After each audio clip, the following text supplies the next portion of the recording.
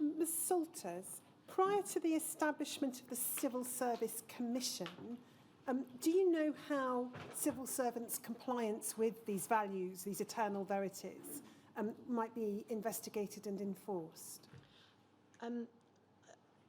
From memory and my understanding is essentially it would be within the department. You would raise a concern there, but you didn't have the statutory right of reply to the Civil Service Commission until then. There was a role for the Civil Service Commissioners prior to that, but I'm afraid I'm not familiar enough with the detail of how that worked. My involvement with the Commission was after it became statutory. And in terms of the making of a complaint about the conduct of a civil servant, how might that come to the Civil Service Commission? Sorry, you're looking at me. Oh, either you or Ms Salters. Okay, well, I mean, it will come to the Commission if a civil servant... Well, let's go through the procedure. If a civil servant has concerns that they are being asked to breach the code, or that someone else in the department is being asked to breach the code, or has breached the code, then they first of all deal with it within the department. They refer it to their line manager, or if there's a nominated person in the department, which I think is usually the case, they will go there. If at the end of that process they still feel unhappy, then they can refer it to the Commission. The Commission carries out an inquiry. It's not in a position where it can impose sanctions, and it's not in a position where it can recommend dismissal or anything like that. But they will publish a report. If the civil servant still feels that they have a grievance, then the judgment they must make as to whether or not they resign. And I think we should never forget that. There may be times when, as a civil servant, you're asked to do things which offend your own value set, which you think are inappropriate, or which breach the code. You are then in a situation, after the Commission has dealt with your complaint, to either stay or go. And is it correct that there's no way in which a member of the public can raise a complaint about a civil servant with the Civil Service Commission? That's correct. The Civil Service Commission's role is solely in relation to the Civil Service Code, which is something that a civil servant has to raise the concern under. So similarly, a minister couldn't raise a concern about a civil servant under Civil Service Code. They could raise it with the Permanent Secretary, and they could pursue it. But it's a sort of self-regulation, not quite self-regulation because the Commission is separate, but it's an internal code of conduct for civil servants. But it has one other responsibility, which is important, and that is the responsibility to monitor the code and the way in which it's being applied. And it does produce regular reports on that. But the protection that it affords and the code affords has limits. If you have a minister who's retains the confidence of the Prime Minister, who's asking a civil servant to breach the code and the Commission doesn't agree with the civil servant, then, as I say, that civil servant has got a difficult decision to make. And just to go back to the issue of members of the public raising complaints, if they can't go to the Civil Service Commission, is there any other way in which a member of the public can raise a complaint about a civil servant's conduct? Yes, so they can raise a complaint with the department themselves, and there's also separately the I think it's now the Parliamentary and Health Service Ombudsman, which is the route for public complaints about maladministration on behalf of the public sector generally. So that's the sort of external means of complaining. Civil Service Code, if you like, it's more of a whistleblowing protection. It's not quite that, but the route of complaint is to say, actually, I'm being asked to do something improper, or one of my colleagues is acting something that's improper by this set of ethical standards. The ombudsman route of complaint is wider than simply the ethical standards. It goes into questions of incompetence of handling And just to follow the process through in relation to the Civil Service Commission, if a matter's come before the Civil Service Commission, they've undertaken their own investigation or inquiry, and they've reached a conclusion that a civil servant has breached the Civil Service Code, or is being asked to do something that would be in breach of the Civil Service Code. You've said that there's no power of imposing sanctions on the part of the Civil Service Commission. What's the expectation as to what would then happen? So I can speak for the period since I was while I was involved in it. The Commission would make recommendations to the department, because it's ideally what it's there to do is to identify how to improve things so that people are no longer being expected to breach the code or breaching the code. So picking up what went wrong, and what can be done to rectify that. Any decisions about discipline and so on are a matter for the line management chain within the department. So departments would have the scope to take disciplinary action against individuals if it was an individual area of misconduct that was identified by the Commission. The Commission cannot recommend that themselves. That's a decision of consequence that the department would take, having read the Commission's conclusion on whether there had been a breach or not. And then just some general questions about what should be done by civil servants or ministers. So, first of all, to what extent is it the role of civil servants to try and ensure that ministers act with propriety and in accordance with the ministerial code? I think that's an important part of a civil servant's role, particularly a permanent secretary's role. And it's not just to protect the Secretary of State and the Minister, it's actually to protect the process of government. So on many occasions, I would advise ministers that they need to be careful about how they were proposing to act. And I have to say that on every occasion I was involved, that had an impact and they took the advice. So, but I think it's an important point you make. And if a civil servant is of the view or is concerned that a minister has breached the ministerial code or has misled Parliament, what steps should the civil servant take? Well, he should refer the matter to the senior officials within the department or the nominated officer initially, and then refer on to the Civil Service Commission if they don't feel it's been dealt with. And then if they still don't think, as I've said, they should resign. I think at a practical level, if for instance you notice that a minister has clearly inadvertently given a wrong answer in Parliament, we can all misspeak when put under pressure, and touch wood we won't today, but the nerves of being put under pressure means people can make mistakes. If you spot that someone has said the wrong thing, when that's happened with my ministers, I would have just put a note to them quickly. You said X, what you really should have said was Y.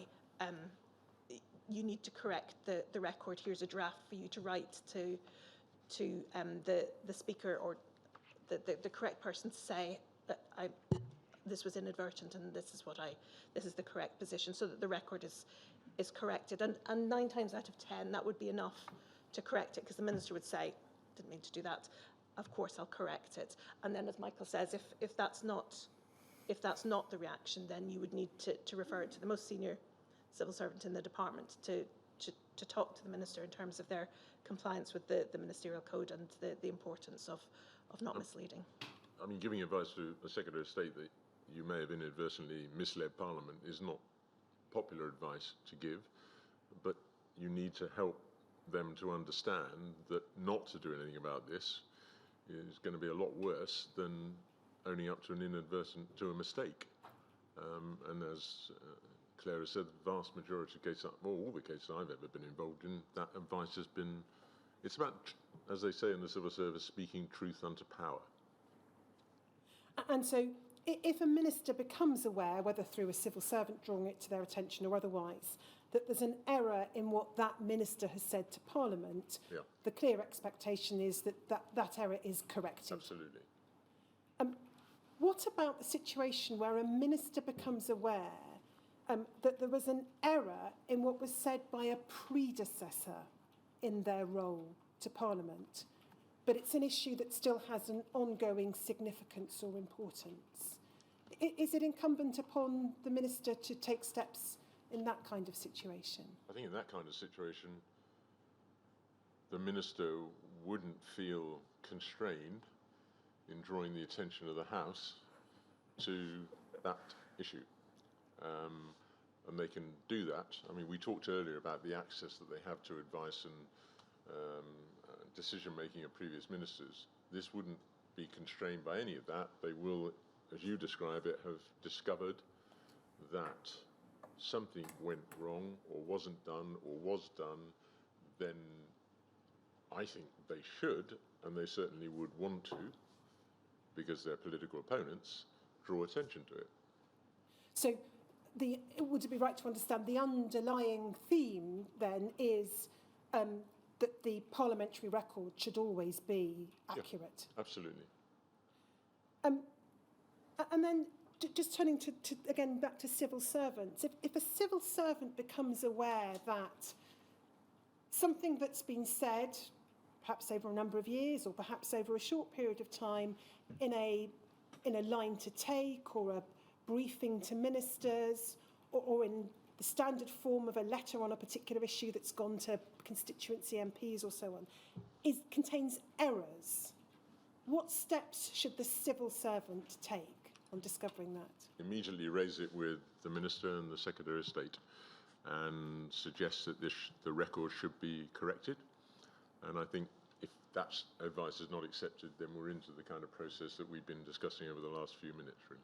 And that wouldn't involve necessarily correcting a parliamentary record because the error is in other documents, but steps should be taken, is this right, to ensure that if errors have been identified, that error is corrected in an appropriate form? I think we always need to remember, if you look at the Ministerial Code and the Civil Service Code, it's a point I was making earlier, that there isn't just a responsibility to Parliament, there is also a responsibility to the wider public.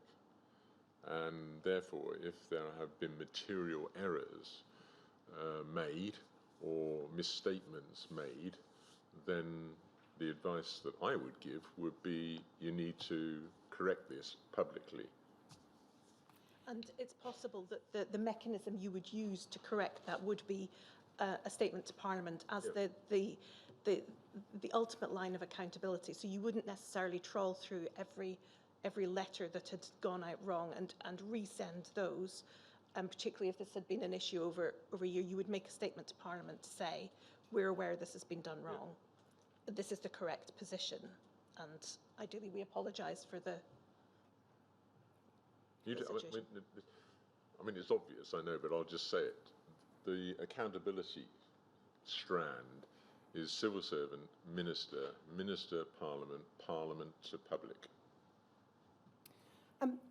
I'm going to come back at a later stage of the evidence to some more issues relating to the roles of ministers and civil servants in policy making and the advice that's received.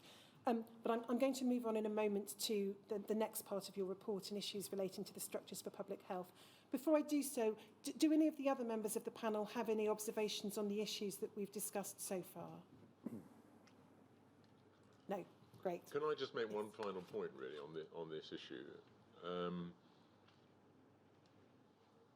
When we're talking about ministers and civil servants, we're talking about human beings.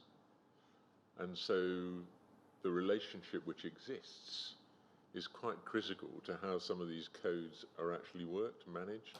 If there's a situation where there's trust between civil servants and ministers and the Prime Minister, then it's a lot easier than if there is no trust. I just make that point because sometimes if you just talk about codes, you overlook this human dimension to the system of government. So I'm going to turn to the issues that are canvassed in the next section of the group's report. It's the section headed General Principles Concerning Public Health, which begins in terms of the internal pagination on page 7 of the report and continues to page 16 of the report. And I'm going to direct these questions primarily in the first instance to Professors Pollock and Farrell. But again, if others have matters that they want to contribute, please do. So I first wanted to establish what we mean by public health. You've given a definition in the report, which I think comes from a 1988 committee of inquiry, and I'm going to go to the original. So if we could have RLIT 0001743, please.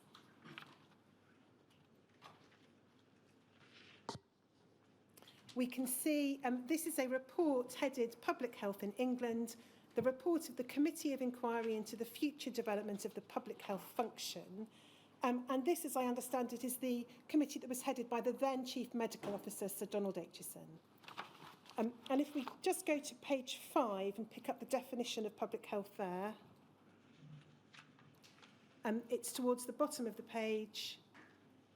Definition of public health, paragraph 1.3. At its first meeting, the committee agreed a wide working definition of the term public health, namely that it is the science and art of preventing disease, prolonging life and promoting health through organised efforts of society.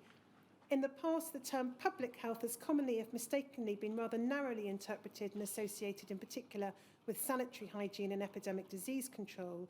We prefer a broader definition based on that formulated by the World Health Organization in 1952. These definitions give as much weight to the importance of lifestyle as to environmental hygiene in the preservation and promotion of health, and leave no room for rivalry between preventive and curative medicine. And so that, as I understand it, is the broad definition of public health that you've provided to us to assist our understanding of what we mean by this term. Yes, that's correct. Now, I think there's a definition in the World Health Organization's Constitution of Health as being a state of complete physical, mental and social well-being, and not simply the absence of disease or infirmity. Does that idea, of that broader idea of health, how does that fit with the concept of public health? Well, it's not contradictory, but it's not very illuminating. That's the problem. It's so big, it's so broad, that WHO definition. Now, just sticking with the Aitchison report, I wanted to look at a couple of paragraphs and then just ask you to assist us in understanding the basic architecture of public health decision-making in terms of the structures and bodies that have had responsibility over the decades. So if we go to the next page, please, Lawrence. And if we just zoom in on paragraph 1.5.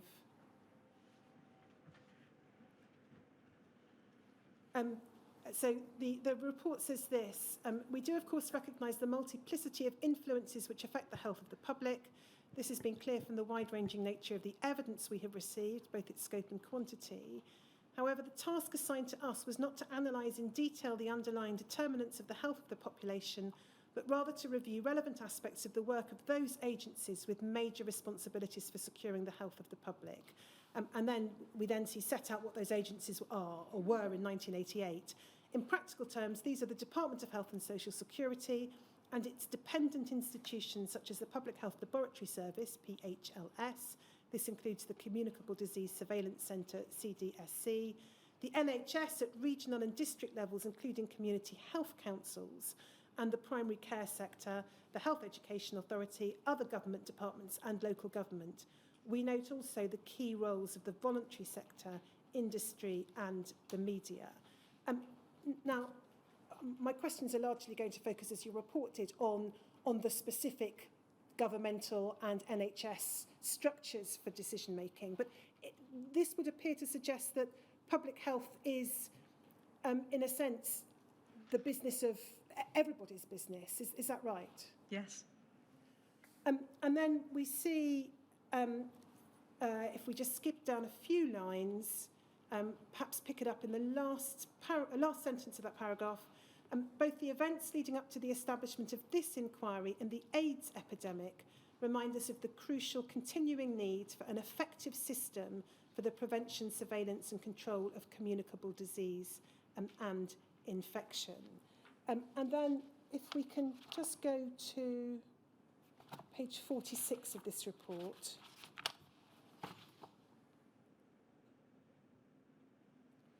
we've got the heading, this is Chapter 7, Control of Communicable Disease and Infection. And then if we pick it up at paragraph 7.3, please. So this then sets out a number of key matters under consideration by this committee. Accurate and timely information about the occurrence, cause and spread of communicable disease and infection is a prerequisite for its effective control. Relevant data derived from many sources take the form of notifications, laboratory and clinical reports. We've received much evidence demonstrating that the processes of collating, analysing, interpreting and distributing the resulting information are vital tasks. And then there's reference to a diagram and then appreciation of the key role of CDSC in monitoring and surveillance. So that's the importance of monitoring and surveillance, which I'll come back to. And then paragraph 7.4, the next paragraph, under the heading Organisation of Control of Communicable Disease and Infection, they say this: we've not seen it as part of our remit to consider in any detail either the clinical problems of treating individual cases or the different methods appropriate for controlling the spread of particular forms of communicable disease and infection. Our report is devoted to the organisational and administrative aspects of the subject. Evidence presented to the inquiry makes it abundantly clear that the priority accorded to this branch of medicine, both professionally and administratively, has declined in recent years to a dangerously low level, and we've seen it as our prime responsibility to make practical recommendations with a view to correcting this situation. And then 7.5, in reviewing existing arrangements, what we've found is a set of measures which have evolved over time and which taken together have created a system which is complicated and at times unclear, even to those who have to operate it. To others, it can be positively baffling. So it would appear from this that as at 1988, this committee, headed by the Chief Medical Officer himself, is identifying both a dangerous decline over the years, both professionally and administratively, in the priority accorded to public health, and a current system which was complicated and at times unclear. First of all, based on your own reading of the material, the research that went into the report, are those observations that you agree with? Yes, absolutely. There was both an erosion of the system for communicable disease control, and then after 1990, real gradual, steady dismantling of it. And that goes along with the expertise that was associated with it. And do you have any sense as to how or why that state of affairs had come about by 1988? Well, if you go back in time, even to the 19th century, public health was really done locally within local authorities. And that was really very important. So you had the medical officers of health, which date back to 1857, actually. That was the first medical officer of health. And they were very, very important in terms of communicable disease control, and also the big environmental changes that took place, such as housing, etc. But the real big bang came when the NHS was put in place. It was a tripartite system. So it wasn't one system, it was a number of systems that were operating together under a unified NHS. And public health was at the inception, was located within local authorities, and that's where the medical officer of health was, who had the responsibility for communicable disease control. And I think it's really important to keep this idea of local being really important. It's really important to have a local system for the early detection and spread and understanding of disease. But in 1974, following the 1972 legislation, the medical officer of health post was abolished, and there was an enormous reorganisation that took place. And public health was transferred into the area health authorities, into the other parts of the NHS, taken out of local authority. And the medical officer of health post actually very much declined, and in its place you had the creation of consultants in public health. So that was the very first big bang, and then that really resulted in a real blurring, very, very complex arrangements between local authorities and the NHS. Am I going on too long? No, or is this okay? So the 1974 changes created what was called a proper officer within the local authority who had responsibility for communicable disease control, for the disease notifications part. But that was an entirely new construct, a new concept. And in reality, what happened was that the local authorities increasingly delegated that responsibility to the consultants in public health, who were sitting in the other part, in area health authorities and later in district health authorities. And Donald Aitchison refers in his report to the trauma of the 1974 and then also the 1982, I think it's 82, reorganisation, because following that reorganisation, there was another reorganisation in 1982, and the history of the NHS has been constant reorganisations and restructuring, but they did nothing to clarify the complex arrangements between local authorities and their duties around proper officers and the NHS, and it was very, very difficult. So this is a big part of the story of these two big reorganisations. It got much more complicated when the 1990 came, which was the internal market and the big bang of the internal market, which then fragmented the NHS further with the creation of trusts.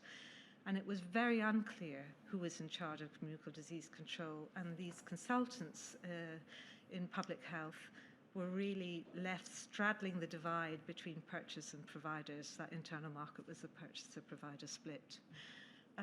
Jenny, do you want me to continue or do you want me to stop at this point? I'm just going to pick up on what was said in the Aitchison report and then ask you to continue. So if we go to page 70...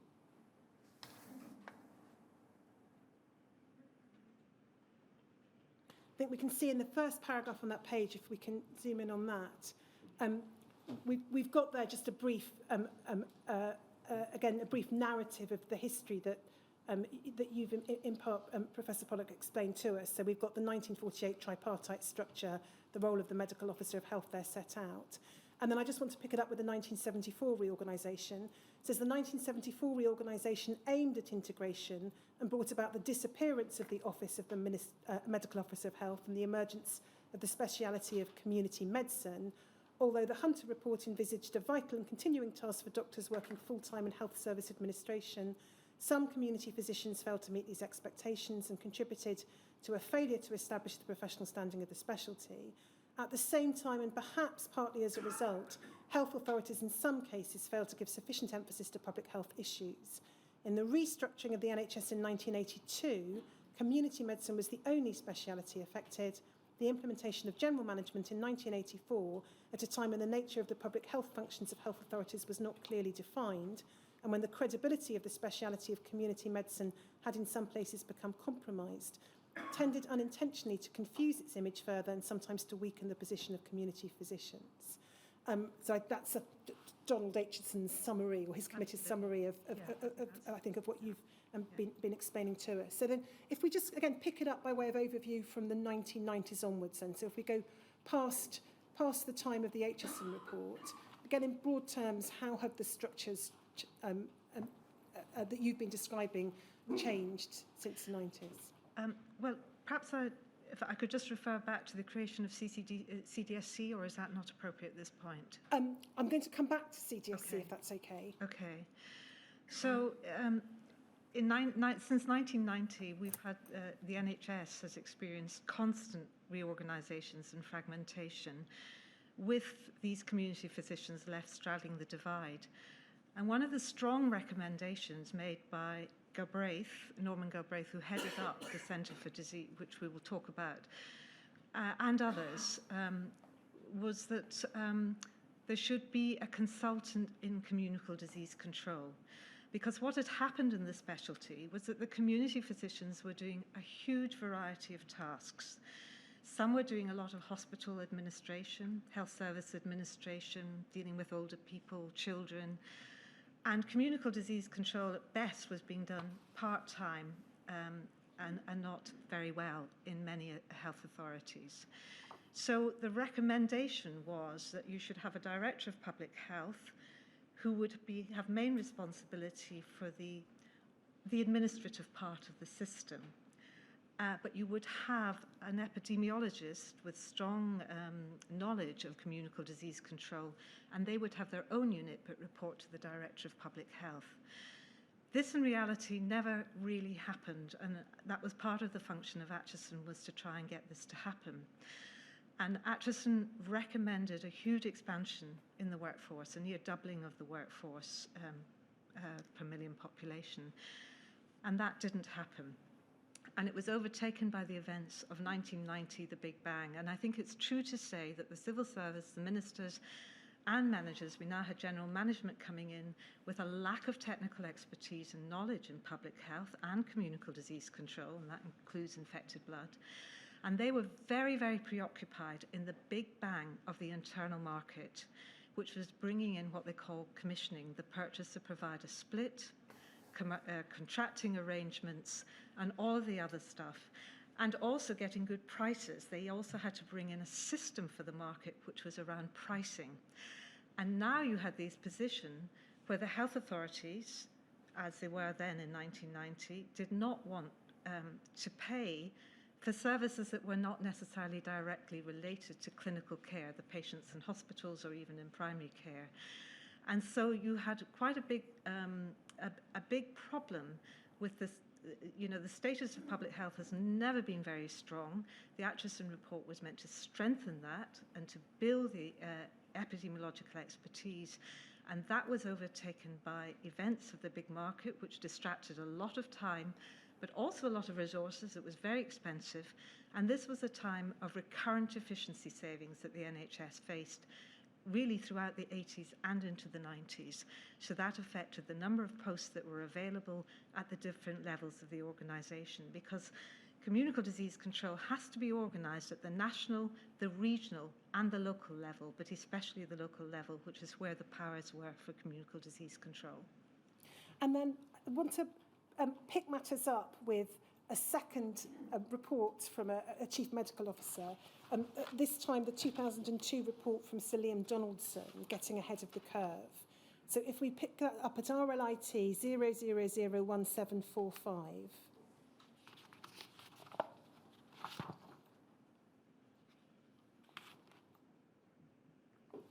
We can see there that it's a strategy for combating infectious diseases, including other aspects of health protection. Do you know if this was the first central infectious diseases strategy? Yes, it appears to be. It recommended the creation of what became the Health Protection Agency. And then if we go to page 9, just want to pick up a paragraph in the executive summary. It's the first paragraph. It says this: infectious diseases have been a threat to people's survival, health and well-being since human life began. Post-war optimism that their conquest was near has proved dramatically unfounded. Now, if we just hold that thought, and I want to then go to something in your report. If we can have the report on screen, Lawrence.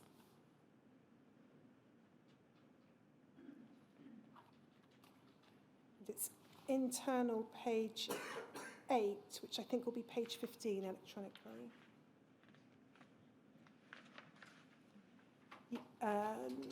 Previous page, please. So under the heading, the 1974 reorganisation, if we just look at the last sentence of that paragraph, it says, that's the medical officers of health, abolished in 1974 when both local government and the NHS underwent significant simultaneous reorganisations. And then this: at a time when the government considered that the main infectious diseases, which were once the major cause of death of people of working age, have been virtually eliminated as health problems. Now that, which was a quotation from a DHSS document in 1970, coupled then with Sir Liam Donaldson's reference to post-war optimism being dramatically unfounded, does that suggest that there was a degree of complacency or a mistaken belief that infectious diseases were by the 1970s no longer the problem that they had been in previous decades or centuries? Well, those with expertise in communicable diseases knew that communicable diseases were never going to go away because new ones emerge. But there was a great deal of optimism because of introduction of treatments and vaccination. So you had seen throughout the 60s, 70s and 80s the closure of infectious disease hospitals, of TB sanatorium, etc. So, you know, over 300,000 beds were closed in the last 30, 40 years, many of them in those areas. So there was an increasing optimism that it was conquered, but also coupled with a shift in emphasis in public health to health promotion and away from health protection. And by health protection, I mean communicable disease control. And of course, that was very convenient for government of the time because they wanted to shift much more to lifestyle and individual responsibility. So you saw the huge growth in, you know, anti-smoking, alcohol, obesity strategies, which we see today, very much today, and that shift away from the health protection, and that's actually mirrored. So there was that, but also at the same time, I just want to point out, of course, local authorities were increasingly unpopular with successive governments who no longer trusted local authorities, and that also contributed to the diminution of their role in communicable disease control. And then if we go back, please, to the Donaldson report, RLIT 0001745.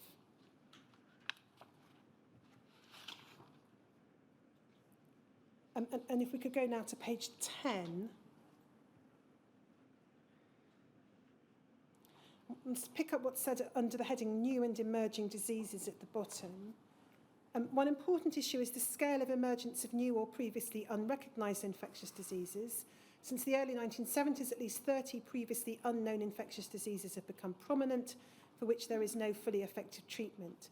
Infectious diseases recognise no international boundaries, so that a newly emergent disease in another part of the world must be assessed as a potential threat to this country.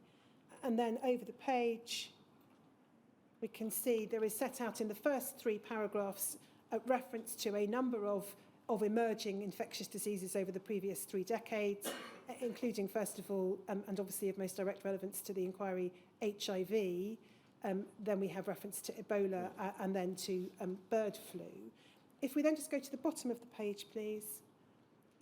Sir Liam Donaldson says this: given the nature of the microorganisms that cause infection, the pattern of human behaviour and changes to the environment, further newly emergent infectious diseases are inevitable.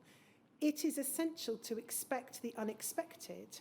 Good surveillance, early assessment of potential problems and strong contingency plans are clearly essential if we are to recognise them early and respond efficiently to minimise their impact. And it's that reference to expecting the unexpected I wanted to ask you about. Do you have any sense of whether this need to expect the unexpected had been properly and fully recognised prior to this point in time? Was this a feature of thinking in the 70s, 80s or 90s? Well, it depends on by whom. The Public Health Laboratory Service, which was established by statute, primary legislation, and also the Centre for Disease Surveillance and Control were very well aware that was their job, the monitoring of emergent new diseases, but also tracking of old diseases and rapid response. So surveillance is a really critical part of communicable disease control. If you don't have good information, then you might as well forget it. So it depends on which organisations you're talking about. There was very strong understanding from the PHLS and also the community physicians and public health officers as well, and environmental health. Environmental health officers knew about this because of their work on food, for example. And at a national governmental level? I can't really, I wouldn't like to say, but, well, actually, I could say, because there was a very strong case made for the development of an epidemiology service, even prior to the beginning, the establishment of the NHS. And that continued with very strong voices in PHLS and then from Galbraith and the CDSC, but it was blocked all the time. But it's quite complicated, the reasons for blocking the appointment of posts. A lot of it, of course, was due to public expenditure constraints, especially after 1979 into the 80s, and you saw that with the failure of appointments occurring. But some of it was professional opposition. And we have to be clear about that. So the medical officers for health, the department had advised against it because they were worried about the medical officers of health, feeling they'd already lost some territory, that they may not like this creation of these epidemiologists. The department itself was not always supportive of the regional epidemiology posts, again, because of the expenditure pressures.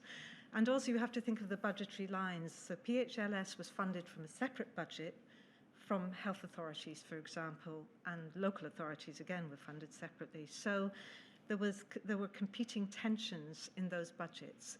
So there was quite a lot of resistance, and I personally feel that if more attention had been paid to the need for good surveillance and building up the epidemiology at every level, much of this inquiry may never have been necessary because there would have been good surveillance in place. So the regional epidemiologist posts, if they had been created and filled, that would have been an enormous support for the haematologists and clinicians who did not understand sufficiently about risk, about mortality risk. They would have been there on the committees. They may have been there at the joint consultative committees between local authorities and health authorities. They'd have been there in the regional networks, instead of which it was left to this one man, Galbraith at the CDSC, to try and mobilise support throughout the country. Professor Armstrong. Yes, can I add a bit of context there in terms of why there was this resistance? And during the 70s, 80s and 90s, as you pointed out, we thought infectious diseases had been removed as a major threat. There was a phenomenon called the Epidemiological Transition, which was promoted in the 1970s, taught to all medical students, that in fact we'd moved from an era of lots of infectious diseases like tuberculosis to ones of lifestyle-related diseases, which were cancer and cardiovascular disease. So medicine thought it had won because TB had virtually disappeared, vaccinations, antibiotics and everything seemed to remove infectious disease. There was a little bit of interest in infectious disease in other countries because in tropical Africa there were various things like malaria and so on which were still of interest, but there was no great interest in medicine in infectious diseases for that 30-year period. And I think, as we picked up here, there were one or two voices began at the very beginning of the 21st century to say, hey, this is important, this could come back and hit us. But I think broadly medicine took its eye off the ball during those decades. And then if we go, please, just over the page in this document to page 12, and then just pricking up on the Professor Pollock's answer about the importance of surveillance. We've got the heading strengthening surveillance. Although this country is respected internationally for its work on infectious disease surveillance, the present system falls short of what is necessary fully to protect the public health. Much infection goes unreported or is under-notified, so that routine surveillance information at local and national level gives an incomplete picture of the size and nature of the threat to health from infectious diseases. There are gaps in surveillance so that it's impossible properly to track some major problems, for example, antimicrobial resistance. There is no formal point of coordination for the many separate infectious disease surveillance systems. Good surveillance is the cornerstone of a system to control infectious diseases in the population. Without it, tracking disease trends, identifying new infectious disease threats, designing effective vaccines, spotting serious outbreaks and monitoring control measures would all be impossible. Would you agree with what's set out there, Professor Pollock? Yes. And then if we go to the next page, we see the recommendations. I would add, if yes. it's true today, if it was true then, it's even truer today, those statements. And that's the real tragedy. And then under the heading strengthening services, this country's traditionally had a much stronger public health system than many other countries under the overall leadership of the Department of Health. The prevention, investigation and control of infectious diseases in the population is addressed at national, regional and local level. And then there's reference to the role of PHLS and CDSC, which I'll come on to, role of directors of public health and so on. But if we can just go down to the bottom half of the page, please. So the penultimate paragraph, despite these strengths, there is much that needs to be done to modernise these services. There is no integrated approach to encompass all aspects of health protection, infectious diseases, chemical and radiation hazards, from national to regional to local level. Regional directors of public health have no formal role, despite the major responsibilities they carry in reality. The current health authorities are being abolished, and it's essential there's a structure which reflects the role different agencies should play following this reorganisation of the NHS. As for microbiology laboratories, they're under a variety of management arrangements and follow no standard diagnostic criteria in their operations. They are under no requirement to report infections for public health purposes. And then building on the existing strengths of this public health system, the proposals and the strategy aim to modernise it. And then over the page, there were a series of proposed actions. I'm not going to go through them all, but is it right to understand that one of the actions that emerged from this strategy was the establishment of the Health Protection Agency? That's right. It was, but it was also heavily centralised.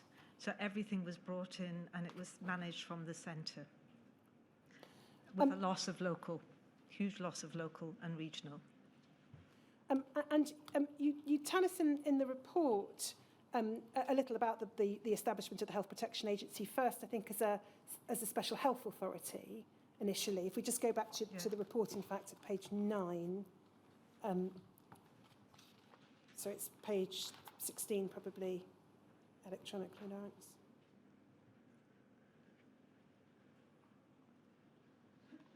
Sorry, previous page. I'll get my pagination correct at some point. So we can see at the bottom of the page, a new central body for health protection, reference to the report we've just been looking at, and then establishment of the Health Protection Authority as a special health authority covering England and Wales, and then replaced the following year when the Health Protection Agency Act established it as a UK-wide non-departmental statutory public body. And then you say the health functions of the HPA in England and Wales were to protect the community against infectious disease. For the first time, controlling the spread of infectious disease within those countries became the statutory function of a centralised public body. Now, just a couple of questions about that paragraph. First of all, in terms of the geographical remit of the Health Protection Agency, there's a reference to it both being a UK-wide body and then reference to functions in England and Wales. Do you know whether it covered, in terms of its jurisdiction, Scotland and Northern Ireland at that point in time? I can't speak for Scotland. I know that it had some functions in relation to Northern Ireland, but it didn't have exactly the same functions in relation to Northern Ireland as it did for England and Wales. My understanding, I'd need to double check this, is that it was set up as a body that had lots of functions in relation to England and Wales, and the capacity to have functions delegated to it by the correct authority would be the Department of Health in Northern Ireland could delegate some functions to it. So it's had some UK-wide functions, but most of its primary functions were England and Wales related. And then the second question really arises out of the last sentence in that paragraph, which I read out. For the first time, controlling the spread of infectious disease within those countries became the statutory function of a centralised public body. Now, if we just leave aside for a moment the needs for, if there's going to be a central body, for there also to be local and regional involvement in the way you've described. Do you know why it took until 2003, 2004 for there to be a centralised public body with this statutory function?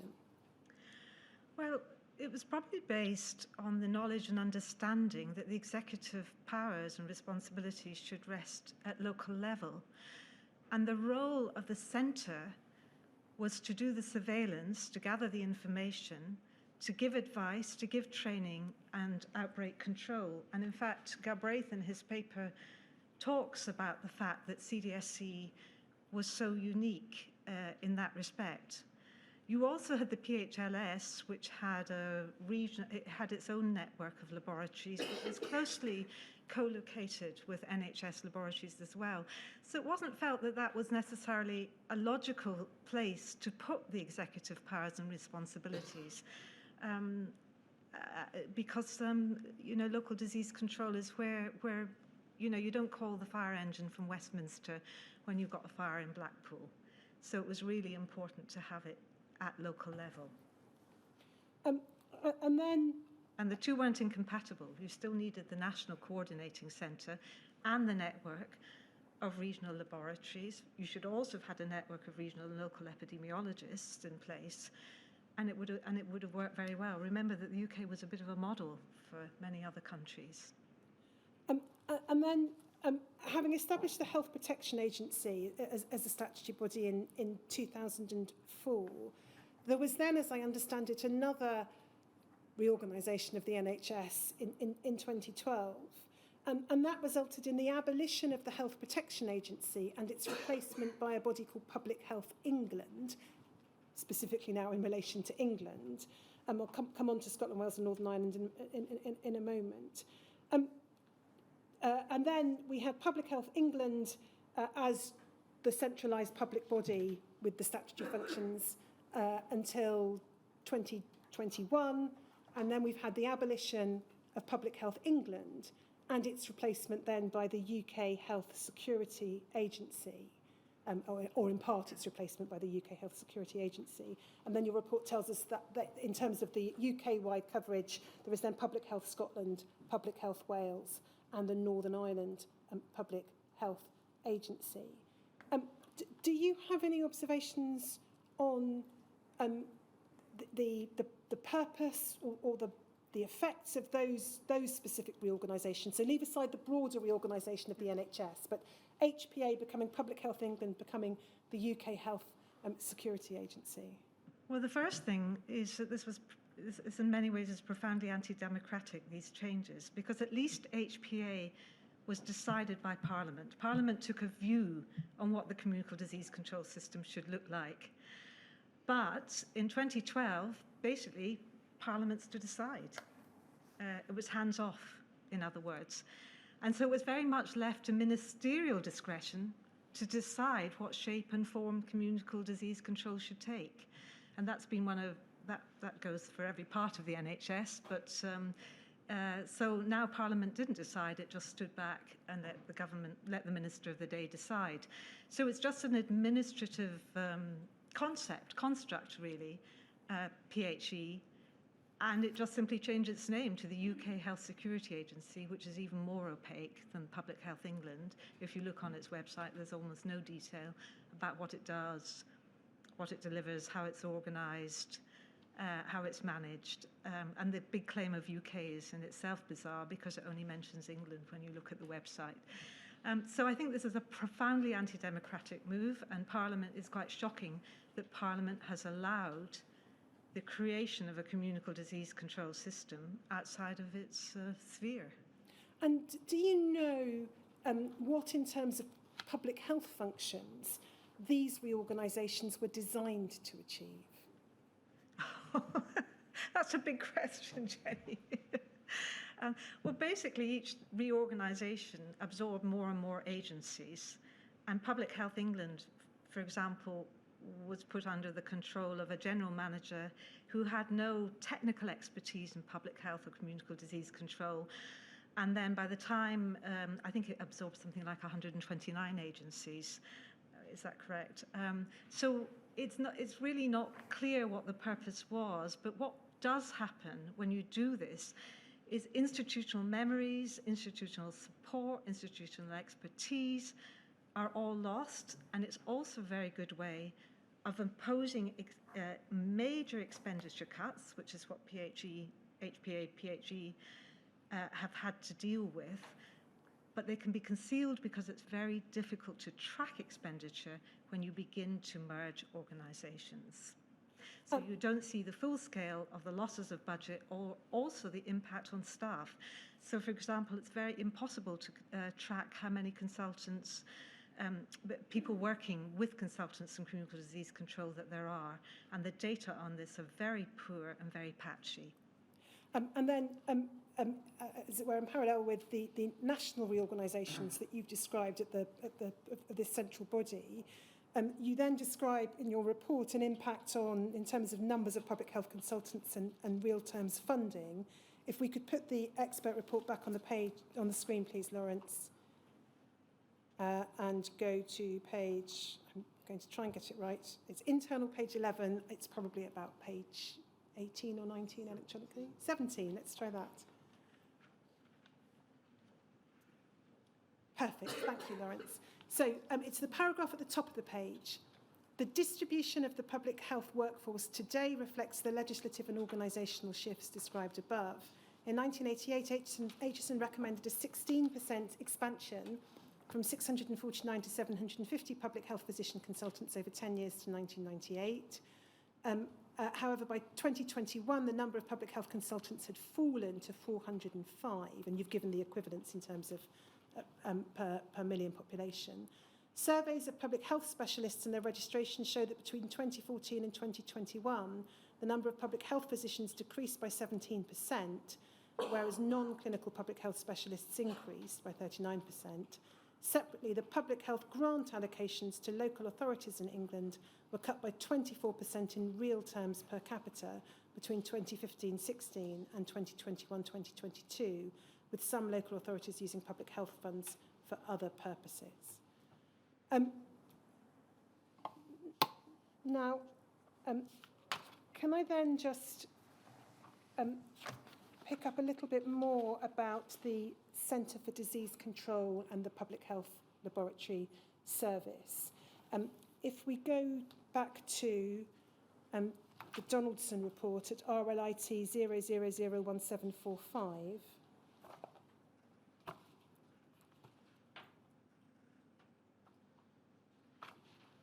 if we go to page 104,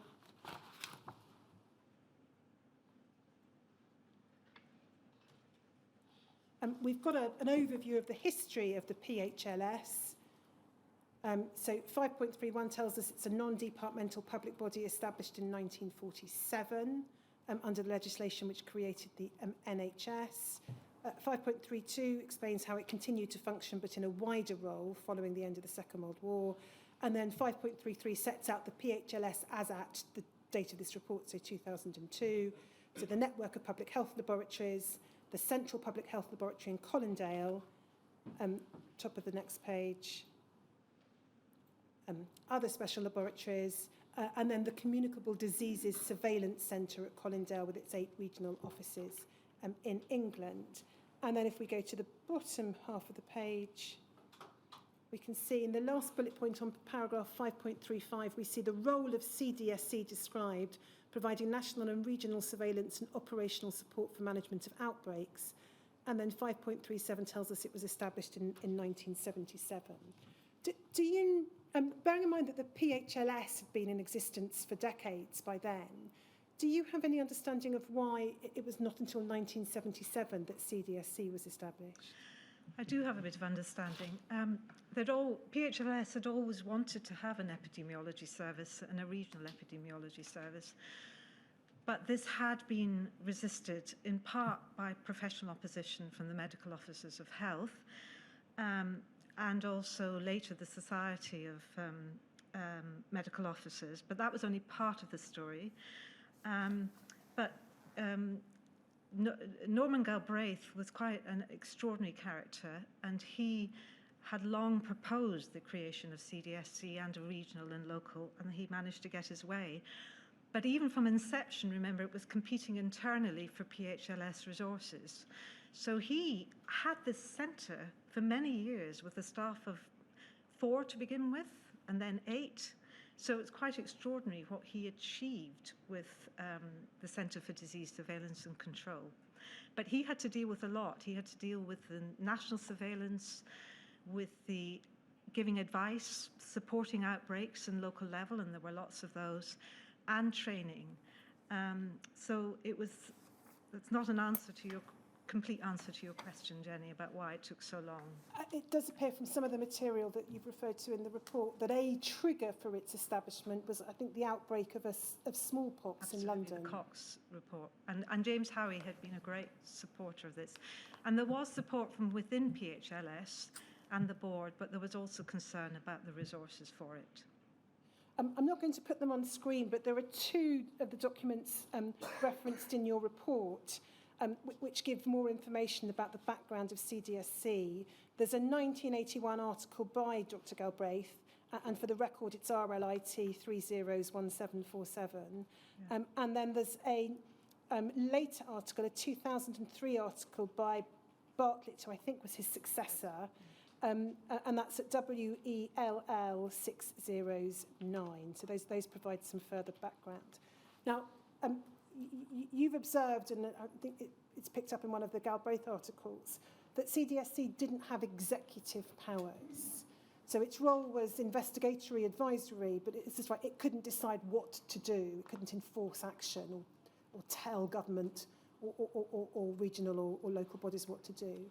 But was that, in your view, an advantage or a disadvantage?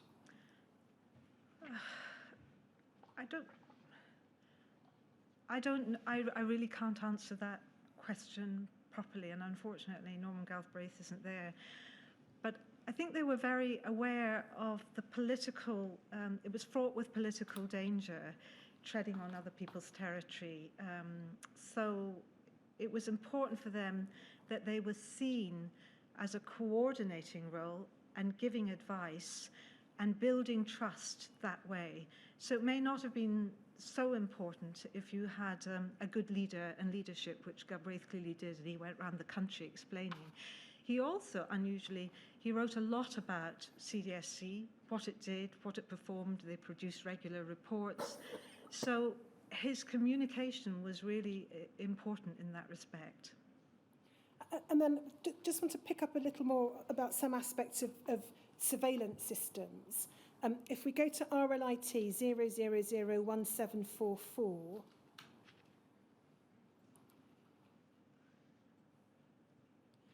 this is a 1993 article in the BMJ, authored by a number of directors or consultants or academics in the field of public health and infection.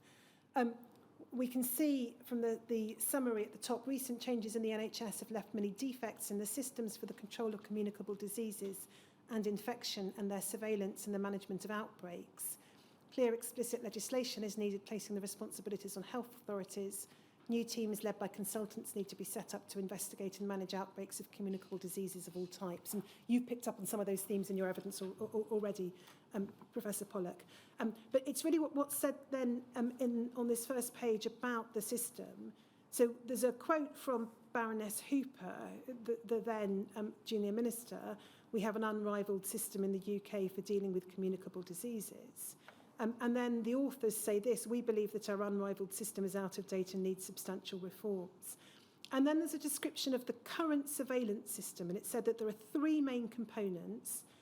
First, notifications made by doctors attending patients suspected of having certain specified infectious diseases. Notifications are sent to the proper officer of the local authority. And then skipping down a couple of lines, this system is notoriously inaccurate. Many doctors not only do not know which diseases are notifiable, but also seem unaware of their statutory duty to notify. And then there's reference to that being an anxiety of the HSN committee and the current list of notifiable diseases being lamentably out of date. And then the next source of information in the next paragraph is described as being reports of isolates from public health authorities, hospital laboratories, and a small number of private laboratories. These are collated by the PHLS CDSC. And then if we go to the top of the next, it observes top of the next page, reporting is voluntary, and then concerned that the number of specimens submitted to laboratories might fall with the introduction of the internal market into the NHS, so that this important source of epidemiological data might be severely compromised in future. And then thirdly, information about the incidence of communicable diseases is derived from the Sentinel scheme run by the Royal College of General Practitioners for reporting disease in general practice. The main drawback of this scheme is that it's patchy. Best results come from districts in which public health medical staff have established local surveillance. And then there are, in addition, separate reporting systems for sexually transmitted diseases, HIV and AIDS, and for new or rare diseases which appear periodically and require the establishment of special surveillance systems. And then there's reference to the two outbreaks which led to the establishment of the committee under Sir Donald Aitchison. So is the description here that's given in as at 1993 of these three components of the surveillance system and the limitations of that, is that a description that to your mind is an accurate one? Yes, yes. Do you know what, if anything, was done in response to that prior to the 2002 report from Sir Liam Donaldson? I don't think anything. So there were no happened. significant changes No. throughout the 90s that No. you're aware of? Apart from more reorganisations, but no. You mentioned a moment ago the joint consultative committees. Can you just tell us what those were and how they were designed to function? Well, there were supposed to be committees between, partly because of this blurring and confusion of boundaries and responsibilities. These were committees between local authorities and health authorities, and they may be topic-based. There were topic-based ones for example, blood transfusion and infected blood. There were also others for I can't remember now, but there were a series of topic-based ones. We couldn't find any details of these, but PHLS was supposed to have representation on these, and that would have been an obvious place to have had your local consultants in communicable disease control or your regional epidemiologists through a network of these. But we couldn't find any. We're unable to find record of those, and I don't know whether the inquiry has been able to, but I think that would be very important to establish. And were these joint consultative committees voluntary No. structures? Sorry, I can't answer that, but I'm sure they weren't. I'm sure they were part of either circulars or guidance. I think they were statutory, but Jenny, maybe you can check. And then They were just statutory. I think they were statutory. and then before we break for lunch, if I can just pick up on the issue of notifiable diseases. Picking it up on page 13 of your report, so if we could have that back on screen. So I think page 19, but you're better, Lawrence, than I am at getting the right page. Perfect, thank you. The disease notification system, disease notification, the main form of communicable disease surveillance that's legally required, and then you set out a number of matters in terms of the background and history of that, and then the changes under the Health and Social Care Act 2008, and then the current Health Protection Notification Regulations 2010, that's in relation to England. Now, you tell us in your report there's currently 33 diseases that are notifiable, so where there is this Might duty. have gone up to 34 with monkeypox, I'm not sure. In fact, the current list does include monkeypox, so you may be right. And then various organisms, and those include hepatitis B and hepatitis C. But HIV and AIDS have never been notifiable diseases. No. Do you or any other member of the panel indeed have any understanding of why that's the case? It's very interesting because HIV and AIDS, HIV is notifiable in many countries, so the UK is quite unusual in that respect. And I think there was quite a lot of resistance, my understanding is, to making it notifiable because of the stigma, the discrimination that was associated with HIV and AIDS, and also because I think even the consultants in the clinics, this is true for STDs. It's very interesting, the four major STDs are not notifiable, sexually transmitted diseases are not notifiable in this country, but they are, for example, in the US. So you've got these, so it may have been stigma, it may have been discrimination, it may have been cultural, the politics of sex in Britain. But also, we know that the profession, the medical profession dealing with these diseases was also worried about making this notifiable because the stigma would feed into things like insurance, but all mortgages, all of those, the employment, but also trust, because it was really important that the clinician would have trust and then be able to talk to them about their contacts, etc. So I think this is quite complicated, and there's been quite a lot written about it, and there was indeed House of Lords reports on this. So I note the time. I've still got a few more questions on surveillance, but I think I can pick those up probably most conveniently after the lunch break. But it also may explain why there were different systems for surveillance being in place, because if the disease isn't notifiable, then that's why you had to have these different systems that was referred to in O'Brien's BMJ paper. And we'll come back to that after the lunch. Yes, well, we'll take a break until 2 o'clock. 2 o'clock.